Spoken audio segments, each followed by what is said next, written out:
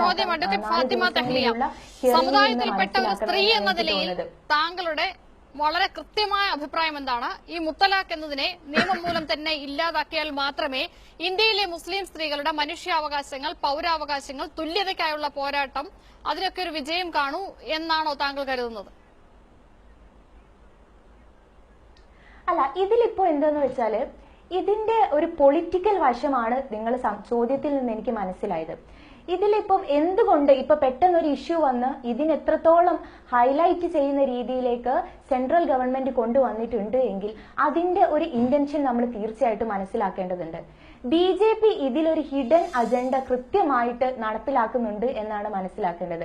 കാരണം മോഡി എന്ന് പറഞ്ഞ നമ്മുടെ പ്രൈം മിനിസ്റ്റർ സ്വന്തം ഭാര്യയെ ഉപേക്ഷിച്ചിട്ട് ഇവിടെ വന്ന് മുസ്ലിം സമുദായത്തോട് നിങ്ങളുടെ സ്ത്രീകളുടെ രക്ഷയ്ക്ക് വേണ്ടിയിട്ട് ഇങ്ങനെ ഒരു നിയമം വേണം എന്നൊക്കെ പറയുമ്പോൾ അതിൽ എത്രത്തോളം ബുദ്ധിശൂന്യമായിട്ടുള്ള കാര്യങ്ങളാണ് ഉള്ളത് എന്ന് നമ്മൾ സംശയിക്കേണ്ടിയിരിക്കുന്നു. ഈ കേസുമായി സുപ്രീം കോടതിയിൽ പോയിരിക്കുന്നത് സമുദായത്തിൽപ്പെട്ട സ്ത്രീകളാണ്, BJP അല്ല. അല്ല, പക്ഷെ ഇതിൽ നമ്മൾ മനസ്സിലാക്കേണ്ടത് പൊതുസമൂഹത്തിലേക്ക് ഇതിനെ പ്രൊജക്ട് ചെയ്യുന്നത്, ഇതിനെ മുന്നോട്ട് കൊണ്ടുവരുന്നത് ഈ രീതിയിലാണ് എന്ന് പറയുമ്പോൾ നമുക്ക് ഇതിന്റെ ദുരുദ്ദേശത്തെ കുറിച്ച് നമ്മൾ സംശയിക്കേണ്ടിയിരിക്കുന്നു.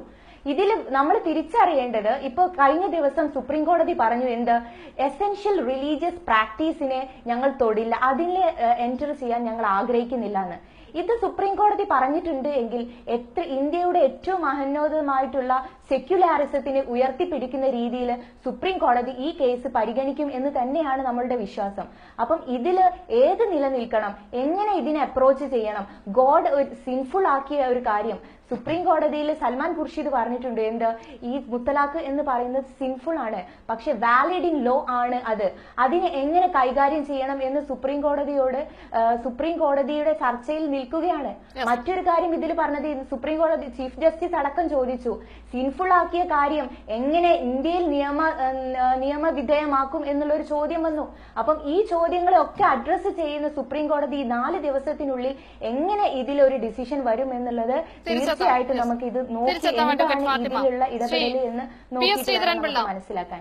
ഇത് തെറ്റെന്ന് തോന്നുമെങ്കിലും നിയമപരമായി നിലനിൽക്കുന്ന ഒന്നാണ് എന്നൊരു നിരീക്ഷണം കൂടി ഇന്ന് സുപ്രീം കോടതി നടത്തുകയുണ്ടായി. നമ്മുടെ രാജ്യം വ്യക്തി നിയമങ്ങളെ മാനിക്കുന്ന, വ്യക്തി നിയമങ്ങൾക്ക് അംഗീകാരം കൊടുക്കുന്ന ഒരു രാജ്യമാണ്. അവിടെ ഈ ഇസ്ലാമിക ജീവിതത്തിന്റെ ഭാഗം, ജീവിതചര്യയുടെ ഭാഗം എന്ന് പറയുന്ന ഒരു കാര്യത്തെപ്പറ്റി നിയമപരമായ ഒരു ഉത്തരവിലൂടെ അത് നടപ്പാക്കൽ എന്നുള്ളത് പൌരാവകാശങ്ങളുടെ അല്ലെങ്കിൽ ന്യൂനപക്ഷ അവകാശങ്ങളുടെ ലംഘനമാകുമോ? ഒപ്പം അഡ്വക്കേറ്റ് ഫാത്തിമയോട് ഉന്നയിച്ച BJPയെ കുറിച്ചുള്ള, BJPയുടെ ഹിഡൻ അജണ്ടയെ കുറിച്ചുള്ള